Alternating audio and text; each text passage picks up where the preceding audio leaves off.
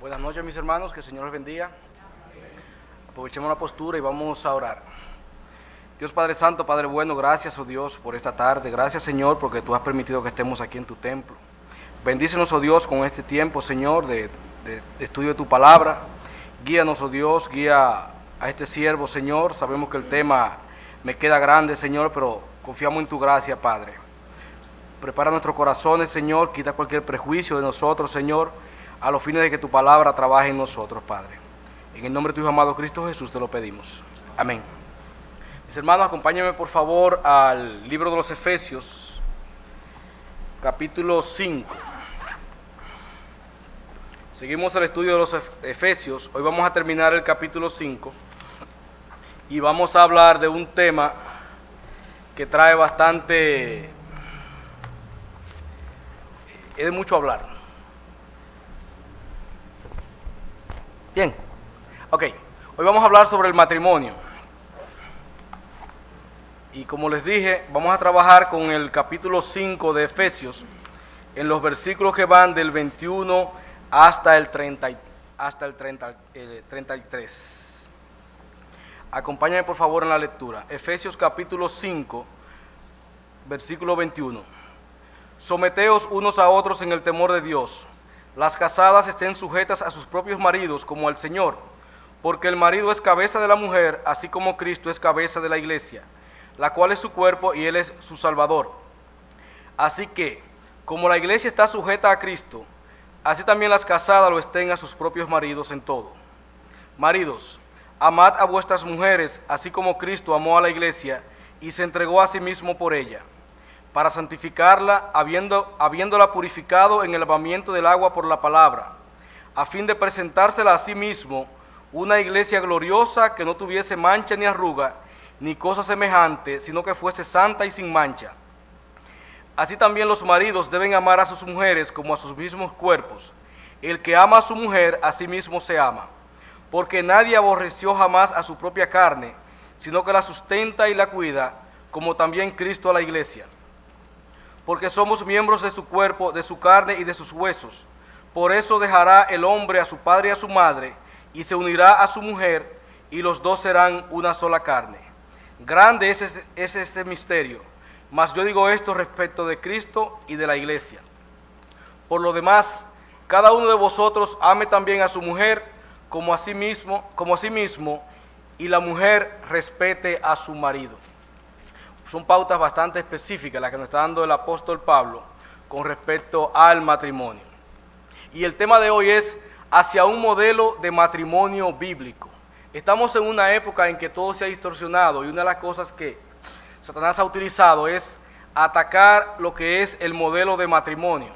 En estos días hemos estado escandalizados por lo que ha hecho el señor embajador, sobre todo lo que hizo al presentarse en una escuela ante los niños y presentarse él con su esposo. Y es una forma de él estar enseñándole a los niños de que hay otros modelos de matrimonio. Entonces, cuando hablamos de modelo, estamos hablando de algo que sirve como una pauta, algo para ser imitado, reproducido o copiado. Vemos en una de las cosas donde mejor se ilustra lo que son los modelos, es en la industria. La industria trabaja lo que se llama investigación y desarrollo y se toman todo el tiempo del mundo para determinar el mejor producto. Para eso se hacen todos los análisis, todas las pruebas, hasta hacer un prototipo, y ese prototipo se somete entonces a todas las pruebas de rigor, y luego entonces, a partir de ese prototipo o de ese modelo, entonces se pasa a la producción en serie.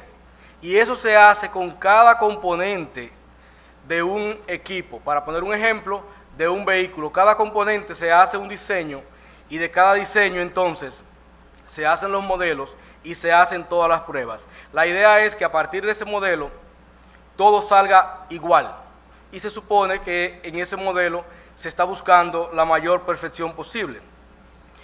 Y eso pasa también en muchas áreas de nuestra vida. Siempre estamos buscando modelos. En el matrimonio tendemos a modelar a nuestros padres y pensar que el modelo de matrimonio correcto es el modelo que los padres nos han presentado durante toda su vida. También podríamos ver como modelo de matrimonio a una pareja que conocemos y que vemos cómo se va desarrollando, o también podría ser una pareja muy famosa, alguien que por toda la información que tenemos de ella, uno cree que ese es el modelo que debe seguir. Pero nosotros somos cristianos, y como cristianos tenemos que tener mucho cuidado de dónde sacamos nuestro modelo. Entonces lo primero que debe llegar a nosotros la intención es de buscarlo en la palabra de Dios. Y cuando vamos a la palabra de Dios, podríamos empezar a buscar hombres y mujeres, buscar parejas, para ver si esas parejas se ajustan a nuestro modelo de matrimonio perfecto. Y la primera pareja que podríamos ver es la pareja de Adán y Eva. Adán y Eva fueron hechos perfectos. Miren cómo pasó todo. Antes del pecado, miren lo que se llama un matrimonio perfecto. Y dijo Jehová, Génesis 2:18, y dijo Jehová Dios, no es bueno que el hombre esté solo, le haré ayuda idónea para él. Una mujer que iba a ser ayuda idónea para el hombre. Vemos en el versículo 22, y de la costilla que Jehová Dios tomó del hombre, hizo una mujer y la trajo al hombre. Dijo entonces Adán, muy poético, esto es ahora hueso de mis huesos y carne de mi carne. Esta será llamada varona, porque del varón fue tomada. O sea, Adán se deleitó cuando vio ese mujerón. Hecha de la mano de Dios, no había ningún defecto. ¿Verdad? Entonces ahí vemos cómo pasa todo hasta el momento en que ella fue creada. Y dice en el 24, por tanto dejará el hombre a su padre y a su madre, y se unirá a su mujer, y serán una sola carne. Ahí vemos la institución del matrimonio, en el momento en que todavía la humanidad no había conocido pecado. Y estaban ambos desnudos, Adán y su mujer, y no se avergonzaban. Había una gran comunión entre ellos, no había nada que esconderse uno del otro, y ahí el mundo estaba completamente perfecto. Pero veamos qué pasa con el hombre y la mujer en el momento en que el pecado se introduce. Una vez han pecado, miren la reacción de Adán en Génesis capítulo 3, versículo 11. Cuando Dios le interroga y le dice, ¿quién te enseñó que estabas desnudo? ¿Has comido del árbol que yo te mandé no comieses? Y la reacción de Adán fue la siguiente, la mujer que me diste por compañera me dio del árbol y yo comí. O sea, ya él está ahora echando toda la responsabilidad sobre la mujer. Él está ahora mismo actuando irresponsablemente, asumiendo que el problema lo había causado de ella y que él sencillamente era una víctima. Esa es la reacción de Adán. Pero vemos que Eva, que fue la persona que empezó la negociación que se dejó sonsacar por la serpiente, inmediatamente entra el pecado. Vemos que Adán, aquel hombre que Dios le había puesto todos los animales frente a él para que él le pusiera nombre, se suponía que era la persona que iba a liderar todo en la familia. Sin embargo, vemos que cuando nace Caín, el nombre se lo pone Eva. Cuando nace el Set, también fue Eva la que le puso el nombre a Set. Entonces estamos viendo ahí cómo ya los roles se empiezan a distorsionar. Entonces cuando vemos esas actitudes de ellos, podemos decir que ese matrimonio tampoco puede ser un modelo para nosotros. Pero si nos fuésemos al matrimonio de Abraham y Sara, vamos a encontrar que fue un matrimonio polígamo, contrario a lo que hemos visto en Génesis 2, que era de un hombre y una mujer, y vemos también cómo Abraham expone la vida de Sara con tal de él sacar beneficio. Entonces podemos decir que el matrimonio de Abraham y Sara tampoco puede ser un modelo para nosotros, y estamos hablando de los patriarcas. Isaac y Rebeca, esta mañana hablamos bastante sobre Isaac y Rebeca, y entre las características que vimos es que era una familia completamente dividida, donde cada uno tenía su favorito, y terminan completamente divididos, cada quien por su lado, terminaron a balazo, no habían balas en ese tiempo, aunque ellos eran monógamos, pero cada uno de ellos tomó camino aparte. Si seguimos con Jacob, encontramos un matrimonio polígamo. David, encontramos una persona polígama y también adúltera. Sansón, ya sabemos quién fue Sansón, ¿verdad? El que se buscó a Dalila. Lo de Sansón fue un total desastre. Entonces lo que podemos llegar en este recorrido que hemos hecho es que todos los matrimonios conocidos por el hombre han fallado en modelar el estándar de Dios. Por lo tanto, debemos buscar en la relación de Cristo con su iglesia, el modelo a seguir para un matrimonio bíblico. Y eso es lo que vamos a hacer ahora en el pasaje que nos toca estudiar. Este pasaje, como dijimos, que es Efesios capítulo 5, empezamos en el versículo 21. Y lo primero que vamos a ver es que el matrimonio bíblico es un matrimonio para creyentes. Es un matrimonio de creyentes. Solo quien tiene el Espíritu Santo en su corazón puede manifestar el fruto del Espíritu. Y es el fruto del Espíritu lo que se encuentra manifestado en Efesios 5:21, cuando nos dice: someteos unos a otros en el temor de Dios. Entonces, en ese pequeño versículo vemos dos cosas. Primero, que hay que someterse uno a otro, lo que indica que ahí tiene que haber humildad. Solamente la humildad permite que nosotros podamos someternos a otra persona, aunque esa otra persona quizás no tenga los méritos que yo me creo tener. Es como dice Filipenses 2:13, que no hagamos nada por contienda ni por vanagloria, más bien con humildad, estimando cada uno a los demás como superior a sí mismo, no mirando cada uno por lo suyo propio, sino cada cual por lo de los otros. Y la otra característica, por eso dijimos que el matrimonio bíblico es un matrimonio que está modelado en los creyentes y para creyentes, porque nos dice que es en el temor de Dios. Y el temor de Dios solamente le llega a las personas cuando conoce de Dios. Un incrédulo sencillamente no conoce de Dios. Nos dice la Biblia que el principio de la sabiduría es el temor de Dios. Es lo que te permite tomar decisiones sabias conforme a la palabra de Dios y no conforme al mundo. Además, ese temor de Jehová, ese conocimiento de Jehová, es lo que nos va a permitir obedecerle aún en cosas que nosotros no vamos a entender en un principio. Vamos a ver ahora varios mandatos para la mujer y para el hombre que se nos mandan porque sencillamente nosotros por naturaleza no lo hacemos. Así como mi madre nunca me mandó a jugar a mí, porque yo me iba a jugar solo, así mismo Dios, cuando nos manda a hacer algo, es porque sencillamente por mutuos propios nosotros no lo hacemos. Entonces en Efesios 5, 22 y 23, vamos a ver que el matrimonio bíblico, este modelo de matrimonio bíblico que estamos conociendo, tiene un orden establecido. Vemos, dice: las casadas estén sujetas a sus propios maridos como al Señor, porque el marido es cabeza de la mujer, así como Cristo es cabeza de la iglesia, la cual es su cuerpo y Él es su Salvador. Entonces vemos que hay una separación de roles que Dios ha establecido. Las casadas deben estar sujetas a su propio marido. Entonces lo que vemos aquí es que el modelo de matrimonio es entre un hombre y una mujer. Casadas, maridos. No habla casados y maridos. Habla casadas y maridos, masculino y femenino. 20 años atrás quizás podíamos ahorrarnos este punto, pero en el día de hoy no lo podemos dejar pasar por alto.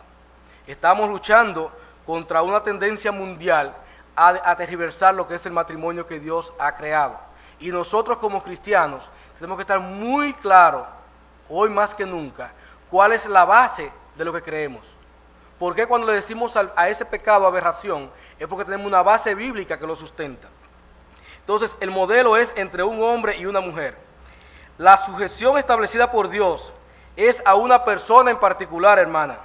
No es a cualquier hombre. Dice aquí a su propio marido.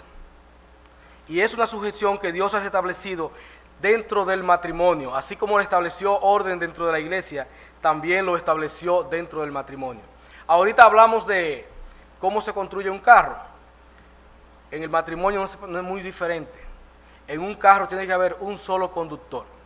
Imagínese usted un vehículo que lleve dos conductores y que uno y otro vayan cada uno con su guía, con su freno y todas sus cosas. Sería un total y absoluto desastre. Eso pasa con el matrimonio cuando hay dos personas que lo están dirigiendo, como si cada uno de ellos fuera el principal. Y la siguiente observación que vemos aquí es en el versículo 22, que además de que a sus propios maridos, dice como al Señor. El estándar que tiene la mujer para sujetarse es el mismo estándar que tiene para sujetarse a Dios. Hermana, Dios ha establecido ese mandato.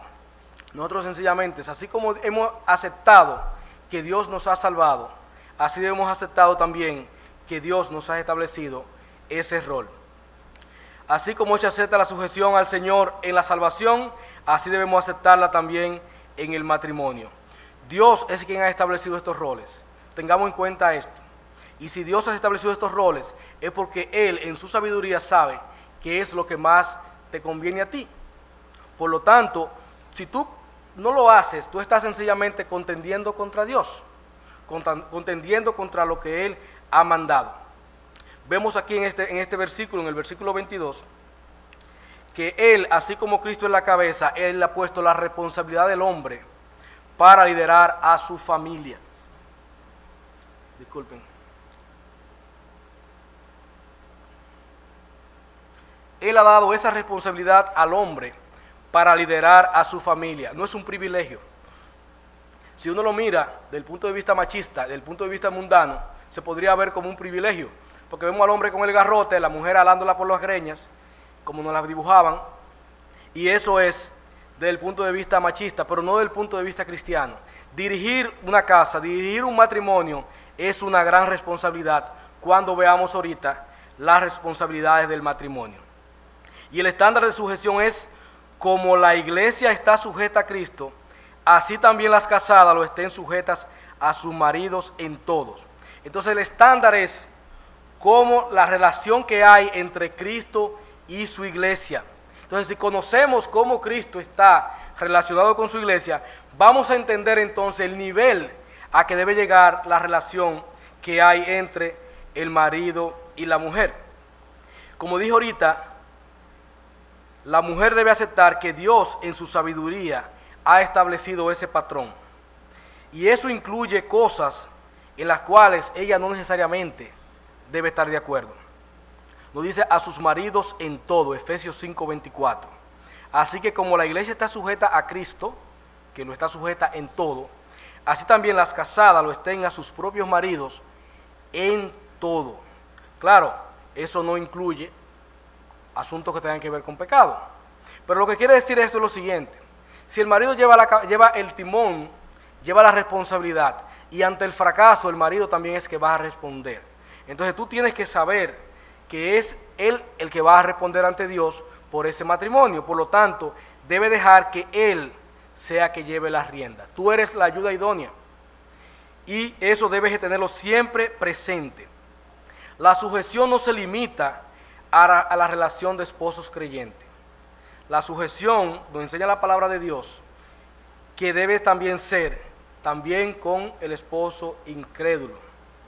Primera de Pedro 3:1, refiriéndose a la sujeción, nos dice lo siguiente: asimismo vosotras mujeres, estad sujetas a vuestros maridos, para que también los que no creen a la palabra sean ganados sin palabra por la conducta de sus esposas, considerando vuestra conducta casta y respetuosa.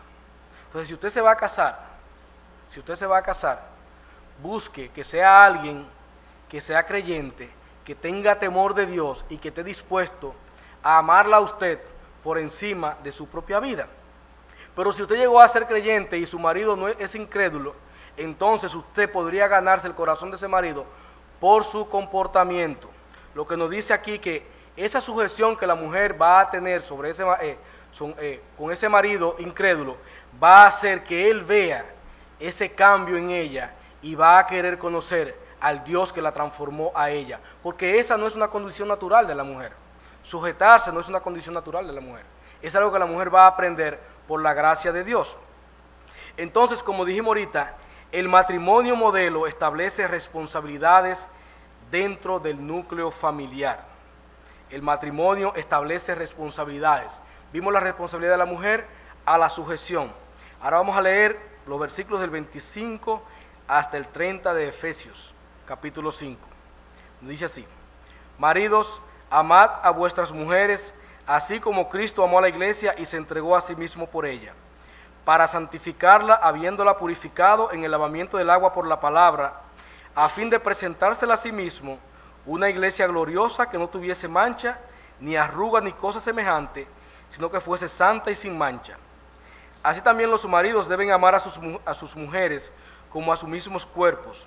El que ama a su mujer, a sí mismo se ama. porque nadie aborreció jamás a su propia carne, sino que la sustenta y la cuida, como también Cristo a la iglesia, porque somos miembros de su cuerpo, de su carne y de sus huesos. Entonces vemos aquí responsabilidades. Para la mujer la responsabilidad primaria es la sujeción a su marido, así como ella está sujeta a Cristo. El marido tiene un pequeñito trabajito, que es amar incondicionalmente a su mujer. Cuando nos habla del amor aquí, nos está hablando de un nivel de amor que va más allá del amor mundano, el amor erótico, el amor, hasta el amor filial que se da entre familiares o entre amigos, sino que se habla del amor ágape, que es un amor que está por encima de ese amor. Es un amor que es completamente incondicional. Es el amor con que Cristo amó a su iglesia y se entregó a ella, se entregó por ella. Ese es el tipo de amor que yo tengo que manifestar por mi esposa. Un amor incondicional. Y ese es un amor que no viene en un paquete. Es un amor que sencillamente se aprende. Y se va a aprender a través del ejercicio del mismo amor. El estándar del amor del marido es el amor sacrificial de Cristo por su iglesia. ¿Ustedes saben lo que hizo Cristo por su iglesia? Dio su vida. Pero antes de dar su vida, Él vino como un niño, se formó en una familia imperfecta, se crió en una familia imperfecta, luego pasó todos los vituperios de ser maltratado por hombres imperfectos y luego entregó su vida por amor a su iglesia. Hermanos, si nosotros creemos que es difícil amar a nuestra esposa, Cristo, ninguna esposa no va a hacer lo que el mundo le hizo a Cristo. Sin embargo, Cristo amó a su iglesia y se entregó por ella. Vemos acá en este pasaje que así como Cristo amó a su iglesia, no solamente la amó para comprarla y hacerla suya para sí, sino que Él tenía también un objetivo. Hay un propósito en ese matrimonio de Cristo con su iglesia, y lo vemos aquí que dice que es para santificarla, Efesios 5:26, habiéndola purificado en el lavamiento del agua por la palabra, para presentársela a sí mismo, una iglesia gloriosa. O sea, hay un propósito en Cristo al Él rescatar la iglesia, y es que Él ahora va a proceder a santificarla. Y lo que vemos entonces, haciendo la analogía del marido en su hogar, en su matrimonio, y es que el marido tiene esa responsabilidad en su hogar. ¿Cuál es esa? La provisión espiritual en el matrimonio. El marido debe procurar esa provisión espiritual, esa santificación del matrimonio, esa purificación del matrimonio, y para eso el marido no lo puede hacer por sí mismo, ni puede apelar a libros de filosofía o a cuantos libros aparecen en una librería sobre cómo hacer un matrimonio feliz, ni mucho menos, sino que él tiene que apelar a los medios de gracia que Dios ha puesto para nosotros. ¿Cuáles son esos medios de gracia? La intercesión, la oración por la familia, por tus hijos, por tu esposa, orar por ella para que el Señor le proteja, para que el Señor la libre de toda tentación, para que te libre a ti también de toda tentación. El estudio y la enseñanza de la palabra. Tristemente, en el mundo moderno, los hombres dedicamos menos tiempo al estudio de la palabra que las mujeres, a pesar de que es una responsabilidad de nosotros alimentar espiritualmente a nuestras esposas. La Biblia nos manda que seamos nosotros los sacerdotes de nuestro hogar, y eso requiere que nosotros pasemos tiempo en la palabra, que intencionalmente enseñemos la palabra, que intencionalmente vivamos la palabra. También otro medio de gracia que Dios ha puesto para nosotros es la comunión de la iglesia, cómo aprendemos con los demás hermanos, cómo hemos visto a los hermanos pasar por luchas iguales dentro de sus matrimonios, y esos son medios que Dios ha puesto en nosotros. También hay un medio de gracia muy importante para un matrimonio y que el hombre debe aprovechar, y es el servicio. No hay nada que te enseñe más a ti que vivir lo que tú estás leyendo. Si tú vives la palabra, tú verás que la palabra se va a hacer viva en ti y te va a transformar. Entonces, un matrimonio tiene que buscar siempre cómo servir en la iglesia, y el hombre es el responsable de buscar cómo va a servir en la iglesia, cómo va a servir al cuerpo de Cristo, porque ahí está modelando lo que Cristo ha hecho con su iglesia. Cristo está trabajando con su iglesia. Cristo no se fue de vacaciones. Cristo ha puesto su espíritu en la iglesia para que siga trabajando con ella. Ha puesto maestros, ha puesto pastores, ha puesto evangelistas para que ellos sigan trabajando por su iglesia. O sea, que Cristo se ha mantenido proveyendo a la iglesia de dirección y también de alimento para que la iglesia siga creciendo. Entonces, de la misma manera nosotros como hombres debemos seguir, no quedarnos solamente en el día de la boda, sino que tenemos que seguir creciendo, santificando a nuestro matrimonio a través de esos medios de gracia que el Señor nos ha dado. Y vemos acá que el marido debe amar a su mujer, cuidarla y sustentarle, tanto material como espiritualmente. Nunca podemos olvidar lo material. Hay necesidades en el hogar, hay necesidades en el matrimonio, que es una responsabilidad del hombre cubrirla. Si la mujer le ayuda, amén. Si la mujer aporta, bienvenido sea.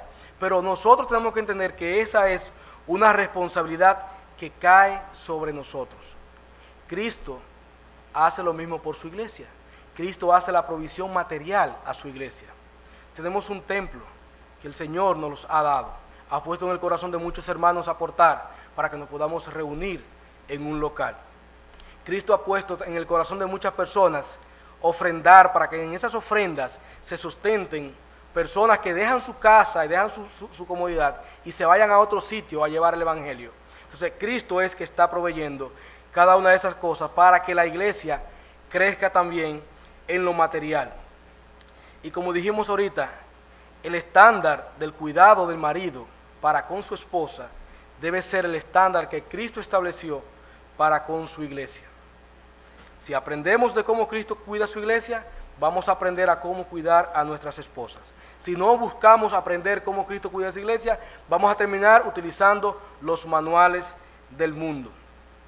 Y lo que vemos en el último punto es que el modelo de matrimonio bíblico implica separación y una nueva creación.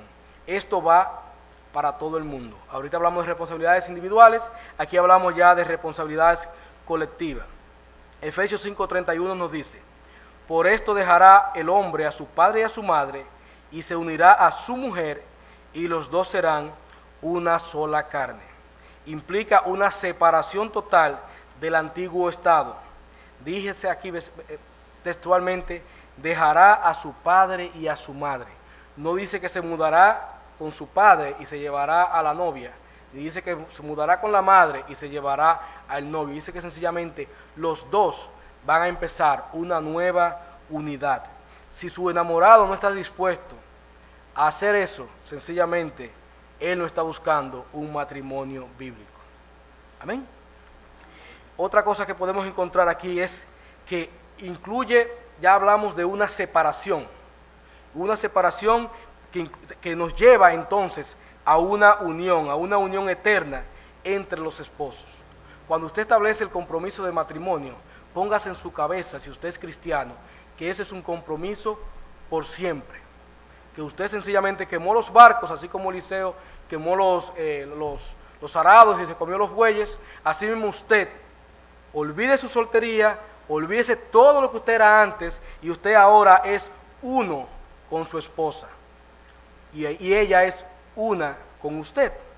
Entonces aquí lo que nos habla es de una fusión, no de una mezcla. Lo que hemos pasado por química, sabemos que cuando tú haces una mezcla, esos elementos, luego tú podrías separarlo mediante artificios, pero la fusión no. Se produce un solo cuerpo, y eso es lo que es el matrimonio, es una nueva unidad que Dios ha creado en ustedes. Y también vemos aquí que dice, se convierten en una sola carne. El apóstol Pablo utiliza este término de una sola carne también en 1 Corintios 6 para referirse a cuando una persona mancilla su matrimonio al irse en busca de una ramera. En Corintio había de todo. Corintio era una iglesia completamente corrupta y requirió mucha disciplina.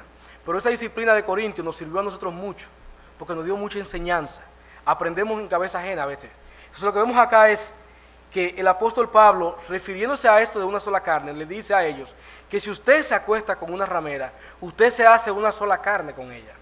Entonces lo que nos dice, si vamos y llevamos esto a lo que estamos tratando, cuando usted se casa con alguien, ustedes se convierten en una sola carne, y eso implica exclusividad sexual. Eso implica que ustedes ahora tienen una exclusividad, se deben el uno al otro. En 1 Corintios 7, porque así como habían unos pervertidos, ahí también habían otros que querían irse al otro extremo, y lo que hacían era que se iban a la abstinencia. Entonces Pablo les tiene que decir a ellos, 1 Corintios 7, 3, si quieren pueden acompañarme, 1 Corintios capítulo 7, versículo 3.